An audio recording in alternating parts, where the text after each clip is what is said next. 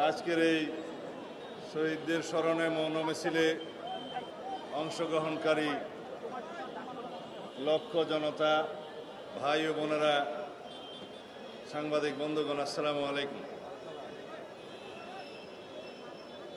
রক্তজোড়া এই জুলাইতে কেবলই আমার মনে পড়ছে লক্ষ প্রাণের বিনিময়ে অর্জিত এই বাংলাদেশের স্বাধীনতা, সার্বভৌমত্ব এবং গণতন্ত্র রক্ষায় আর কত রক্ত দিতে হবে। আমার মনে হচ্ছে শহীদের রক্তস্নাত এই বাংলাদেশে আমাদের কি স্লোগান হওয়া উচিত? আমার মনে হচ্ছে আমাদের স্লোগান হওয়া উচিত, আর দেব না রক্ত, মুক্ত স্বদেশ আমার এই বাংলাদেশ। এই স্লোগান যদি আমরা দেই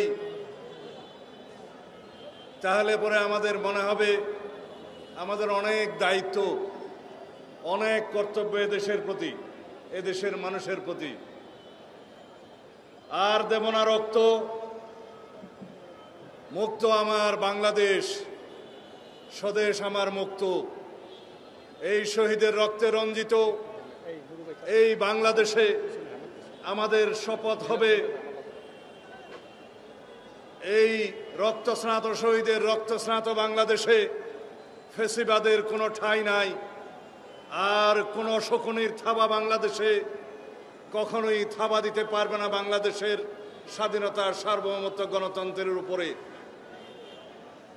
আমাদের বক্তব্য হওয়া উচিত, আজকে যারা নতুন নতুন বাক্য বিশারদ হয়েছেন রাজনীতিতে, তাদের উদ্দেশ্যে নসিহত করছি, যারা নতুন করে বাংলাদেশে ক্ষমতায় যাওয়ার জন্য স্বপ্ন দেখছেন, এই স্বপ্ন দেখা ভালো।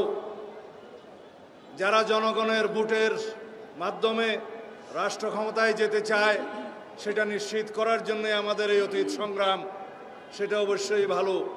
কিন্তু মনে রাখতে হবে, কেউ যদি বাংলাদেশে নির্বাচনকে পিছিয়ে দিয়ে, নির্বাচনকে অনিশ্চিত করে এবং নির্বাচন না করে রাষ্ট্র ক্ষমতা থাকতে চায়, অথবা বিভিন্ন রকমের গোলাপানিতে মাছ শিকার করার ষড়যন্ত্র করতে চায়, তাদের উদ্দেশ্য হচ্ছে ফ্যাসিবাদের দোসররা যেন আবার পুনর্বাসিত হয়।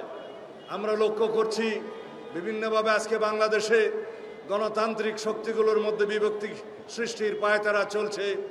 আমরা লক্ষ্য করছি বাংলাদেশের পক্ষের শক্তিসমূহে যারা ফ্যাসিবাদ বিরোধী গণতান্ত্রিক আন্দোলন ঐক্যবদ্ধ হয়েছিল, তাদের মধ্যে বিভক্তি সৃষ্টির বিভিন্ন রকমের ষড়যন্ত্র করা হচ্ছে। সুতরাং আমাদের সজাগ থাকতে হবে। আজকের এই বাংলাদেশে আমাদের গতিপথ নির্ধারিত হবে জনগণকে সাথে নিয়ে, ঐক্যবদ্ধভাবে ফ্যাসিবাদ বিরোধী জাতীয় ঐক্যকে শক্তিশালী করে। তাই বন্ধুগণ, আমাদের আজকে অনেক কথা। এই জুলাই কেন আসলো? এই জুলাই আসতে কেন 17 বছর লাগলো? বাংলাদেশের স্বাধীনতা আসতে কেন 23 বছর লাগলো? স্বৈরাচার বিরোধী, সামরিক স্বৈরাচার বিরোধী সংগ্রামের পরে 9 বছর পরে কেন গণ অভ্যুত্থান হলো, ছাত্র গণ অভ্যুত্থান হলো? এগুলো আমাদের হিসাব করতে হবে। আমরা কি এই মুক্ত স্বাধীন বাংলাদেশে কেবলই রক্ত দিতে থাকবো গণতন্ত্রের জন্য? আমরা কি এই মুক্ত স্বাধীন বাংলাদেশে কেবলই রক্তের জন্য আমরা হুলিখেলা খেলবো? আমরা কি নির্বাচনের জন্য, ভোটাধিকারের জন্য, গণ অধিকারের জন্য, গণতান্ত্রিক অধিকারের জন্য, স্বাধীনতার সার্বভৌমত্বের জন্য কেবলই রাস্তায় এসে সংগ্রাম করতে থাকবো, কেবলই রক্ত দিতে থাকবো? এই দেশের মানুষের অধিকার কখনোই কি প্রতিষ্ঠা হবে না? একবার আমরা সুযোগ পেয়েছি, এই সুযোগ শতাব্দীতে একবারও আসে না। স্বাধীনতা একটি দেশের কপালে একবার আসে। এই স্বাধীনতা যদি আমরা রক্ষা করতে না পারি, এই পরাধীনতার সমান হবে। যখন আমরা অরক্ষিত স্বাধীনতা থাকবে, সেই অরক্ষিত স্বাধীনতাকে আমরা ভোগ করতে পারবো না, এটা পরাধীনতার নামান্তর হবে। আমরা দেখেছি পার্শ্ববর্তী দেশের একটি করদ রাজ্য বানানোর জন্য বিগত ফ্যাসিস্ট স্বৈরাচারী শেখ হাসিনা যার পর নাই চেষ্টা করেছে, অবশ্য সফল হয়েছে এইটুকু যে শেষ পর্যন্ত তার আশ্রয়টা দিল্লিতেই হয়েছে।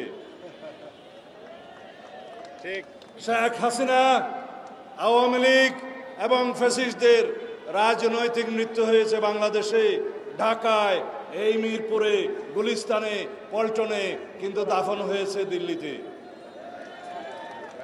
সুতরাং যারা শেখ হাসিনাকে, এই ফ্যাসিস্টকে বাংলাদেশের রাজনীতিতে আবার ফিরিয়ে নিয়ে আসার জন্য বিভিন্ন রকমের ষড়যন্ত্র এবং প্লট সৃষ্টি করছে, তাদেরকে আমরা চিহ্নিত করব।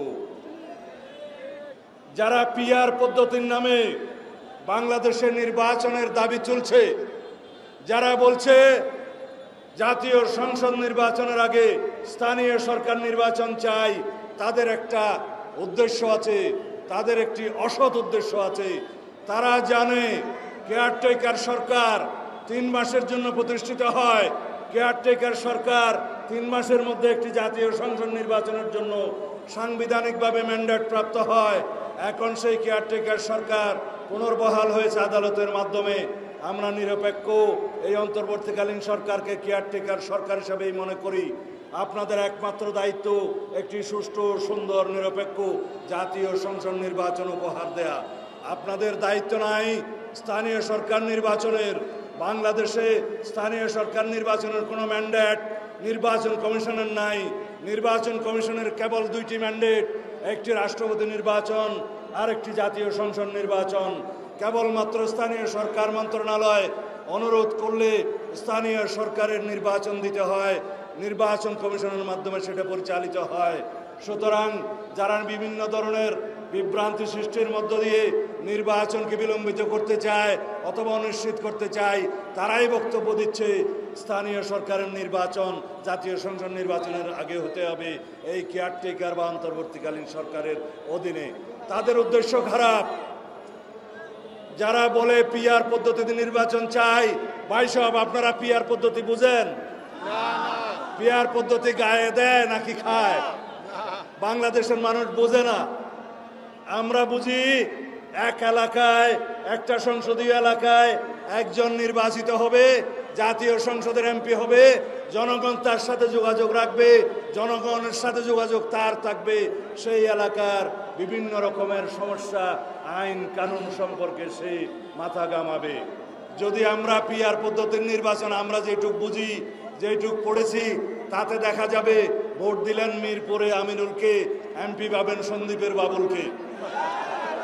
এই পদ্ধতির নির্বাচন বাংলাদেশের মানুষ চায়ও না, জানেও না।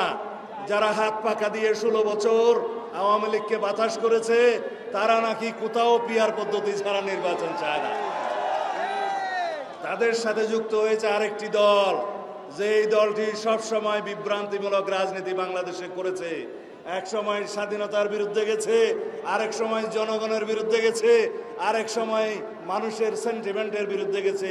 তারা রাজনীতি সবসময় বিভ্রান্তিমূলক রাজনীতি করে এইবার গোলা পানিতে মাছ শিকার করার চেষ্টা করছে। আমি নাম নেব না, আপনারা বুঝে নেন। বাংলাদেশের মানুষ সবই বুঝে। যারা আজকে সংস্কার কমিশনে গিয়ে আলোচনা করছে, খানাপিনা খাচ্ছে, সন্ধ্যাবেলায় চলে যাচ্ছে এবং কোনো সিদ্ধান্ত দিচ্ছে না, তারা কারা? তারা কেউ 13 দল, কেউ 14 দল, কেউ বিভিন্ন রকমের দল, যারা আওয়ামী লীগের সাথেও বিভিন্ন সময় সংযোগে ছিল। তাদের বক্তব্য শুনে যদি সংস্কার কমিশনে সিদ্ধান্ত নিতে হয়, জাতির জন্য দুর্ভাগ্য হবে। আমি বলছি না যে ওখানে সবাই আওয়ামী লীগের সাথে ছিল, কিন্তু কিছু কিছু দল ছিল যাদেরকে ওখানে আহ্বান করা হয়েছে। আমরা মানা করেছিলাম তাদের সাথে বসে কিভাবে সংস্কারের আলোচনা করব, কিন্তু সংখ্যায় অনেক। তাদেরকে নিয়ে তারা আলাপ করছে, খানাপিনা খাচ্ছে, কোনো সিদ্ধান্ত ছাড়া বেরিয়ে যাচ্ছে। এইভাবে আজকে জুলাই মাসের 18 তারিখ যদি জুলাইয়ের ভিতরে জুলাই সনদ অর্থাৎ জাতীয় সনদ প্রণীত না হয়, সেজন্য দায়ী থাকবে এই সংস্কার কমিশন, ঐক্য কমিশন এবং এই অন্তর্বর্তীকালীন সরকার। আমাদের উপরে দোষ চাপানোর চেষ্টা চলছে অবিরাম। বিএনপির কারণে নাকি সংস্কার হচ্ছে না। এক এক করে প্রতিদিন সাংবাদিক বন্ধুদের বলছি, প্রত্যেকটা ঐক্যমতে আসার পিছনে বিএনপির পরামর্শই নিতে হচ্ছে। বিএনপি প্রত্যেকটা ঐক্যমত পোষণের জন্য এগিয়ে আসছে। যেহেতু আমাদের এই প্রস্তাব হচ্ছে 31 দফা প্রস্তাব জাতির জন্য সংস্কারের, আমরা এই জাতির সম্মুখে 31 দফা প্রদান করেছিলাম। আমাদের নেতা জনাব তারেক রহমান সাহেব জাতির সামনে উপস্থাপন করেছিলেন। 2023 সালের 13ই জুলাই আমরা উন্মুক্ত জনসভার মধ্য দিয়ে সেই সংস্কার প্রস্তাব আমরা উপস্থাপন করেছিলাম। কেননা আমরা রাষ্ট্র কাঠামোর সংস্কার চাই। আমরা রাষ্ট্র ব্যবস্থার সংস্কার চাই, আমরা সরকার পরিচালনার বিভিন্ন সিস্টেমের সংস্কার চাই, আমরা গণতান্ত্রিক সংস্কার চাই সংবিধানের, যেই সংবিধান হবে জনগণের জন্য, যেই সংবিধান হবে গণতন্ত্রের রক্ষা কবচ, যেই সংবিধানের মধ্য দিয়ে রাষ্ট্র পরিচালনা হবে, গণতান্ত্রিকভাবে সরকার পরিচালনা হবে, যেই সংবিধানের মধ্য দিয়ে সরকার পরিচালিত হলে, রাষ্ট্র পরিচালিত হলে চেকস অ্যান্ড ব্যালেন্স প্রতিষ্ঠিত হবে, ভারসাম্য প্রতিষ্ঠিত হবে, জনগণের অধিকার নিশ্চিত থাকবে, গণতান্ত্রিক অধিকার নিশ্চিত থাকবে, জনগণ সাংবিধানিকভাবে আর কখনো ফ্যাসিবাদের কবলে পড়বে না, জনগণ সাংবিধানিকভাবে আর কখনো একদলীয় রাষ্ট্রের ব্যবস্থার পড়বে না, জনগণ আর কখনো শেখ হাসিনার মতো ফ্যাসিস্টদের মোকাবেলা করতে হবে না। সেই রকম সংবিধান আমরা প্রণয়ন করতে চাই, সংশোধন করতে চাই, সেই রকম রাষ্ট্র ব্যবস্থা এবং সরকার ব্যবস্থা প্রতিষ্ঠা করতে চাই। সেই জন্যই দিন রাত 24 ঘন্টা আমরা সংস্কার কমিশনের সাথে বসছি, আলাপ করছি, সমাধানে যাচ্ছি, ঐক্যমতে পৌঁছাচ্ছি। এইভাবে আমরা একদিন এই সনদ তৈরি করতে পারবো। তবে এই কথার সত্য, শতকরা শতভাগ প্রস্তাবে হয়তো গণতন্ত্রের মধ্যে সবাই একমত হতে নাও পারে। সেইটাই আমাদের জন্য গণতন্ত্রের বিউটি, গণতন্ত্রের সৌন্দর্য হলো আমরা সর্ববিষয়ে হয়তো একমত হব না, কিন্তু আমরা জাতির স্বার্থে, জনগণের স্বার্থে, দেশের স্বার্থে, গণতন্ত্রের স্বার্থে আমরা সবাই একই রাস্তায় ঐক্যবদ্ধভাবে এগিয়ে যাব। এটাই হচ্ছে আপনাদের শপথ। আমাদের এখন মিছিল আছে, আমি আর দীর্ঘ বক্তব্য দেব না, শুধু আপনাদের সামনে দুটো স্লোগান দিয়ে আজকের এই বক্তব্য শেষ করব। আপনারা যদি সম্ভব হয় দয়া করে আমার সাথে স্লোগান ধরবেন।